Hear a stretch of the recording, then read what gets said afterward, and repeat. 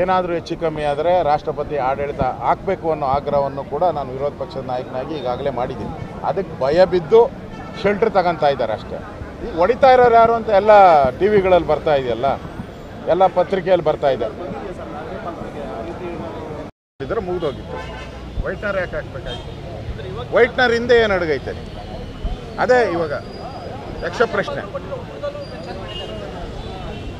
ಅವರು ರಾಜ್ಯಪಾಲರ ಉತ್ತರದಲ್ಲಿ ಏನು ಕೊಟ್ಟಿದ್ದಾರೆ ಅದೆಲ್ಲವನ್ನು ನೋಡಾದ್ಮೇಲೆ ಕಾನೂನು ತಜ್ಞರ ಸಲಹೆ ತಗೊಂಡು ಗವರ್ನರ್ ಅವರು ಅದಕ್ಕೆ ಪರ್ಮಿಷನ್ ಕೊಟ್ಟಿದ್ದಾರೆ. ನಾನು ಕೇಳ್ತೀನಲ್ಲ, ಹಿಂದೆ ಯಡಿಯೂರಪ್ಪನವರಿಗೆ ಪರ್ಮಿಷನ್ ಕೊಟ್ಟರಲ್ಲ, ಅವಾಗ ಯಾವ ಕಾನೂನು ಅಡಿಯಲ್ಲಿ ಕೊಟ್ಟರು? ಅವಾಗ ಅದೇ ರಾಜಭವನ ಕೊಟ್ಟಿರೋದು, ಅದೇ ರಾಜಭವನ, ಅದೇ ಬಿಲ್ಡಿಂಗ್, ಅದೇ ಆಫೀಸ್.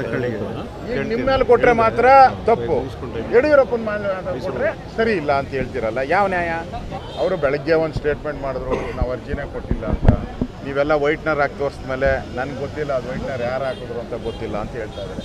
ಕ್ಷಣಕ್ಕೂ ಒಂದೊಂಥರ ಬದಲಾಯಿಸ್ತಾರೆ ಅವರು. ಅವ್ರಿಗೊಂಥರ ನಾನೇನೋ ಈಗ ಇದರಲ್ಲಿ ಸಿಕ್ಕಾಕೊಂಡ್ಬಿಟ್ಟಿದ್ದೀನಿ ಅಂತ ಅನಿಸ್ಬಿಟ್ಟಿದೆ. ಅದಕ್ಕೋಸ್ಕರ CLP ಸಭೆ ಕರೆದಿದ್ದಾರೆ. ಅದಕ್ಕೋಸ್ಕರ ಡೆಲ್ಲಿಗೂ ಕೂಡ ಹೋಗ್ತಾ ಇದ್ದಾರೆ. ಯಾಕೆ ಅಂತ ಹೇಳಿದ್ರೆ ನಾನು ತಪ್ಪು ಮಾಡಿಲ್ಲ ಅಂತ ಎಲ್ಲ ಕಡೆ ಹೇಳ್ತಾ ಇದ್ದಾರೆ. ಆದರೆ ಜನರ ಮನಸ್ಸಲ್ಲಿ, ಕರ್ನಾಟಕದ 6.5 ಕೋಟಿ ಜನರಲ್ಲಿ ಮನಸ್ಸಲ್ಲಿ ಉಳಿದುಬಿಟ್ಟಿದೆ ಕಾಂಗ್ರೆಸ್ ಪಾರ್ಟಿ ಭ್ರಷ್ಟ ಪಾರ್ಟಿ ಅಂತ. ನೋಡಿ, ಇದು NDA ಹೋರಾಟ. NDA ಹೋರಾಟ ಜನಗಳ ಧ್ವನಿಯಾಗಿ ನಾವು ಹೋರಾಟ ಮಾಡ್ತಾ ಇದ್ದೀವಿ. ವಿರೋಧ ಪಕ್ಷ ಅಂದರೆ ಏನು? ನಾವೇನು ರೂಲಿಂಗ್ ಪಾರ್ಟಿಗೆ ಜಯಕಾರ ಹಾಕೋಕ್ಕೆ ನಮ್ಮನ್ನು ಆಯ್ಕೆ ಮಾಡಿದ್ದಾರೆ? ವಿರೋಧ ಪಕ್ಷವಾಗಿ ನಾವು ಬರೋವಂಥ ಏನೇನು ತಪ್ಪುಗಳು ಮಾಡ್ತಾ ಇದೆ ಸರ್ಕಾರ, ಏನೇನು ಸ್ಕ್ಯಾಂಡಲ್ಗಳಾಗ್ತದೆ ಜನಗಳ ಮುಂದೆ ಹೇಳೋವಂಥದ್ದು ನಮ್ಮ ಕರ್ತವ್ಯ. ಅದನ್ನು ನಾವು ಮಾಡಿದ್ದೀವಿ. ಅದು ಕುಮಾರಸ್ವಾಮಿಗೆ ತೊಂದರೆ ಆಗ್ತೈತೆ, ಇನ್ನೊಬ್ಬರಿಗೆ ತೊಂದರೆ ಆಗ್ತೈತೆ ಅನ್ನೋ ಪ್ರಶ್ನೆನೇ ಇಲ್ಲ.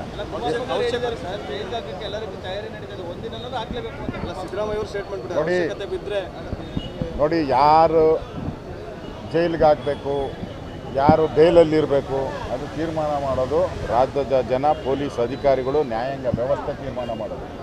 ಅಥವಾ ಸಿದ್ದರಾಮಯ್ಯನವರಾಗಲಿ ಕುಮಾರಸ್ವಾಮಿಯವರಾಗಲಿ ತೀರ್ಮಾನ ಮಾಡೋಕ್ಕಾಗಲ್ಲ. ಅದನ್ನು ನ್ಯಾಯಾಂಗ ವ್ಯವಸ್ಥೆ ಮಾಡಬೇಕೇ ಹೊರತು ಇವ್ರ ಕೈ ಕಾನೂನಲ್ಲ. ಇದೇನು ತೊಗಲಕ್ ದರ್ಬಾರ್ ಅಲ್ಲ, ನ್ಯಾಯಾಂಗ ಇದೆ. ನ್ಯಾಯಾಂಗ ತೀರ್ಮಾನ ಮಾಡ್ತೈತೆ ಯಾರು ಹೋಗಬೇಕು, ಯಾರು ಇರಬೇಕು. ಕುಮಾರಸ್ವಾಮಿ ಅವ್ರ ಮೇಲೆ ಈ ಥರ ಪ್ರಯತ್ನ ಇವತ್ತಿಂದಲ್ಲ, ಭಾಳ ದಿನದಿಂದನೂ ನಡೀತಾ ಇದೆ ಅವ್ರ ಮೇಲೆ. ಯಾಕೆಂದರೆ ನೀವು ನೋಡ್ತಾ ಇದ್ದೀರ, ಈಗಾಗಲೇ ರೇವಣ್ಣವ್ರು ಜೈಲಿಗೆ ಹಾಕಿದ್ದಾರೆ, ಅವ್ರ ಮಕ್ಕಳನ್ನೆಲ್ಲ ಜೈಲಿಗೆ ಹಾಕಿದ್ದಾರೆ. ರೇವಣ್ಣವ್ರ ಹೆಂಡ್ತಿನೂ ಜೈಲಿಗೆ ಹೋಗೋಕ್ಕೆ ಸ್ವಲ್ಪರಲ್ಲಿ ಮಿಸ್ ಆಯಿತು.